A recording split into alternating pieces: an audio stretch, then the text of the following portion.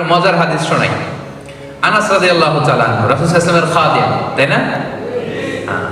ওনার মা উম্মে সুলাইম, রাসূল সাল্লাল্লাহু আলাইহি ওয়াসাল্লামের ঘটনা হয়তো অনেকে জানেন। মদিনায় যখন আসছে তখন সবাই রাসূল সাল্লাল্লাহু আলাইহি ওয়াসাল্লামকে অনেক হাদিয়া দিচ্ছে।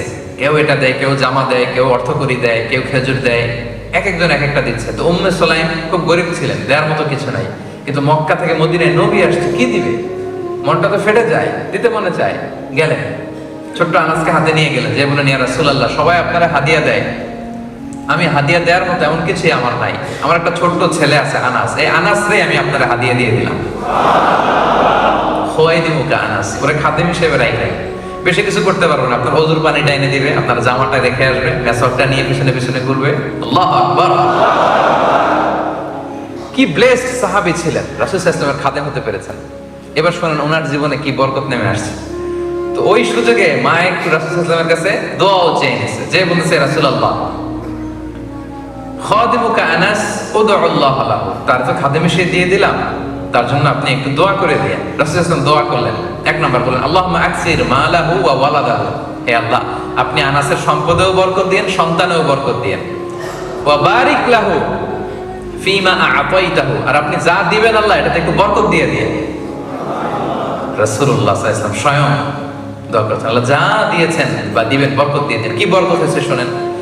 আনাস রাদিয়াল্লাহু তাআলা আনহু বলেন,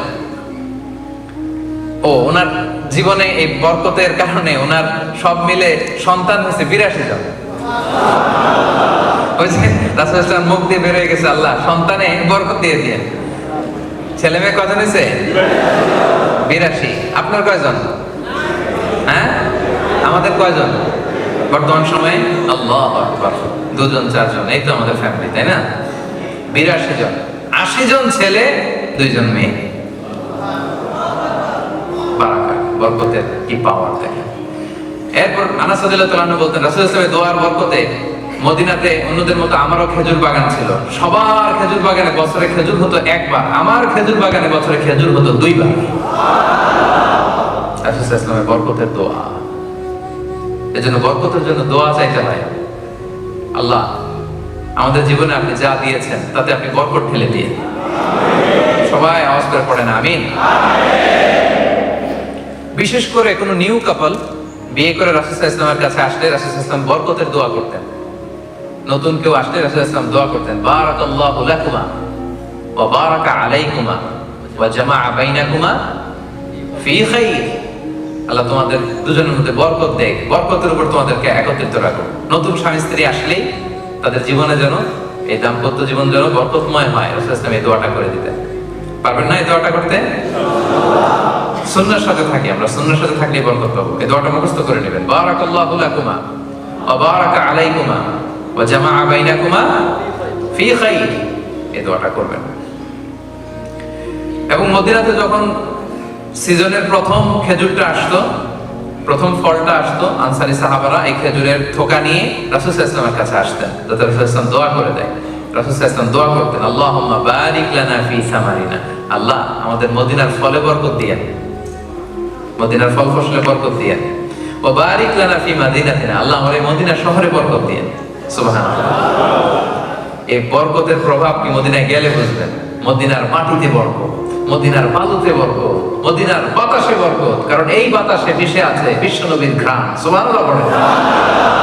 কি যে বরকত, মদিনায় গেলে আত্মাটা প্রশান্ত হয়ে যায়। ওই যে রাসূল সাল্লাল্লাহু আলাইহি ওয়াসাল্লাম দোয়া করেছেন, আল্লাহ মদিনার ফলে বরকত দেন, মদিনার পাটখারায় বরকত দেন, মদিনার সবকিছুতে, ওজনে বরকত দেন, ফল ফসলে বরকত দেন, এই শহরে বরকত দেন। রাসূল সাল্লাল্লাহু আলাইহি ওয়াসাল্লামের বরকত, বরকতের দোয়া। এবং রাসূলুল্লাহ সাল্লাল্লাহু আলাইহি ওয়াসাল্লাম তিনি রজব মাস যখন আসতো, রজব মাস, তখন থেকেই দোয়া করতেন, আল্লাহ আপনি রমাদানে পৌঁছে দেন আমাদেরকে। তিনি একটা দোয়া করতেন, রজব মাসে আসলে তিনি বলতেন, আল্লাহুম্মা বারিক লানা ফি রজব ওয়া শাবান ওয়া বাল্লিগনা রমাদান। আল্লাহুম্মা বারিক লানা ফি রজব ওয়া শাবান ওয়া বাল্লিগনা রমাদান। অর্থাৎ হে আল্লাহ, রজব এবং শাবান মাসে আপনি বরকত দেন, আর রমাদান পর্যন্ত আপনি আমাদেরকে পৌঁছে দেন। তাহলে সবশেষে আমরা জানলাম যে বরকতের জন্য দোয়া করতে হবে আল্লাহর কাছে। পারা যাবে? বেশি বেশি আল্লাহ তাআলার কাছে চাইতে হবে, দোয়া করতে হবে, তাহলে আল্লাহ তাআলা বারাকা দিবেন, আমাদের জীবনটা বরকতময় হয়ে উঠবে। আল্লাহ তাআলার স্পেশাল মার্সি এবং ব্লেসিংস দিয়ে আমাদের জীবনটা সিক্ত হয়ে যাবে। মনে থাকবে সবার? কয়টা বললাম? 12টা? 11টা না? মনে আছে? বলতে পারবেন? বলেন আমার সাথে সাথে। 1 নম্বরে কি ছিল? কি ছিল? তাকওয়া। কার ভয়? সবসময় হৃদয়ে কার ভয় থাকবে? সবসময় মনে থাকবে Allah is watching me, Allah is observing me, Allah আমাকে দেখছেন, তিনি সব দেখতে পান। কেউ তাকে দেখে না, কিন্তু তিনি সব দেখেন, ঠিক কিনা? কেউ যেটা দেখে না সেটা দেখে কে?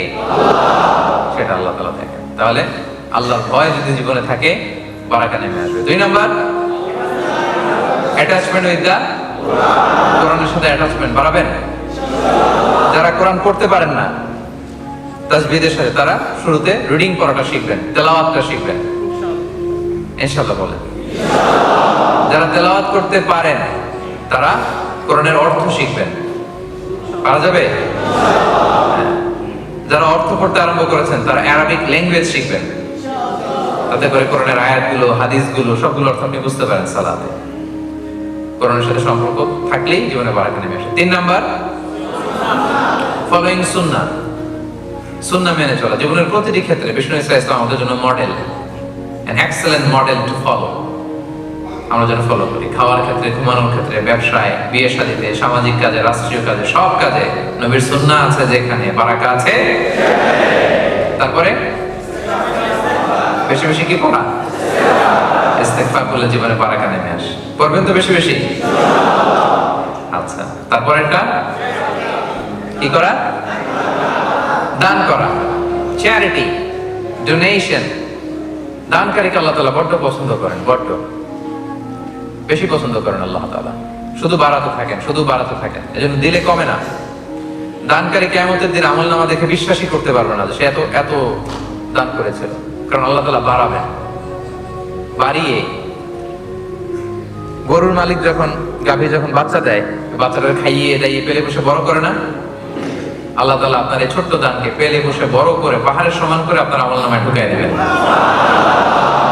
কিছু মিস যাবে না, প্রপার ডকুমেন্টেশন। এজন্য দান করবো, দান করলে জীবনে বারাকা নেমে আসে। তারপরে কি ছিল?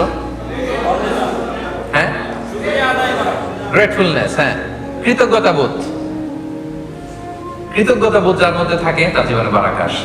আমরা যেন অল্পে তুষ্ট থাকি, পাই নাই, কিছু নাই, সব ওর, সব ওনার, আমার কিছু নাই। না, আপনার অনেক কিছু আছে, খুঁজে দেখেন, খুঁজে দেখেন, অনেক দিয়েছে আল্লাহ। যেটা পেয়ে আপনি খুশি না, এটা পাওয়ার জন্য অনেকে কাঁদে, রাতকে রাত শুধু কাঁদে। কৃতজ্ঞতা বোধ যেন থাকে, আল্লাহ বাড়িয়ে দিবেন। তারপর কি ছিল? অনেস্টি। অনেস্টি ব্রিংস বারাকা in life, specially in trade and business. ব্যবসায় যেন সততা থাকে আমার ভাইয়েরা। হারাম যদি ঢুকে যায়, ওই হারাম খাওয়ার পরে যেই দেহটা বর্ধিষ্ণু হয়, ওই দেহ কখনো আল্লাহর জান্নাতে প্রবেশ করবে না। হারাম খাওয়ার পরে ওই ব্যক্তি যদি দোয়া করে, ওই দোয়া আল্লাহ কবুল করবে না, কারণ ইন্নাল্লাহা তাইয়্যিব লা ইয়াকবালু ইল্লা তাইয়্যিবা। নিশ্চয় আল্লাহ তাআলা পবিত্র, আল্লাহ পবিত্র ছাড়া কোনো কিছু গ্রহণ করে না। তারপরে কি ছিল? শায়েখকে নিয়ে আসেন, আমি 1 মিনিটের মধ্যে শেষ করবো ইনশাআল্লাহ। শায়েখকে নিয়ে আসেন। আচ্ছা, কটা গেল? তারপরে কি? 7 নম্বরে কি? হ্যাঁ, আত্মীয়তার সম্পর্ক বজায় রাখা, বিশেষ করে রক্তের সম্পর্ক। রক্তের যে আত্মীয়, সম্পর্ক বজায় রাখলে হায়াতে বরকত হয়, রিজিকে বরকত হয়, ঠিক কিনা? পারবেন তো এটা? মামার সাথে, খালুর সাথে, চাচার সাথে, ভাইয়ের সাথে মনোমালিন্য, আজকে ফোন দেওয়া যাবে না? ফোন দিবেন, সালাম দিবেন, দেখবেন যে সব ভুলে যাবে। ভুলে সম্পর্কের উন্নয়ন ঘটান। পারা যাবে? এরপরে কি ছিল? হ্যাঁ, ওয়েক আপ আর্লি, সকাল সকাল ঘুম থেকে ওঠা। সকালে ঘুম থেকে উঠে সকাল সকাল কাজ শুরু করে দেওয়া, বারাকা নেমে আসে। তারপরে বিয়ে করা, নিয়ত করেন। যারা বিয়ে করেননি, আল্লাহ তাআলা তার নেয়ামতের বদৌলতে আপনাদেরকে ধনী বানিয়ে দিবে। তারপরে বিয়ের পরে সালাম দেওয়া, বেশি বেশি সালাম দিলে বরকত দিবে কে? আমরা যেন বেশি বেশি সালাম দিই। তারপর কি করা? বারিক লানা ফিমা আ'তাইত, হে আল্লাহ আপনি আমার জীবনে যা দিয়েছেন তাতে আপনি বারাকা ঢেলে দিন। তাহলে হাউ টু গেট বারাকা ইন লাইফ, জীবনে কিভাবে বারাকা পাওয়া যেতে পারে এগুলো আমরা বিস্তারিত শুনলাম। আমরা যেন এগুলো মেনে চলি, আমরা যেন বারাকা লাভে ধন্য হতে পারি, আমরা যেন অল্প সময়ে বেশি কাজ করতে পারি, আমাদের কন্ট্রিবিউশন যেন বেশি হয়, আমাদের ইম্প্যাক্ট যেন বেশি হয়, আমাদের জীবনটা যেন বরকতময় হয়ে যায়, বরকত দিয়ে যেন আল্লাহ তাআলা সিক্ত করে দেন। আল্লাহ তাআলা আমাদের সবাইকে কথাগুলো বোঝার ও আমল করার তৌফিক দান।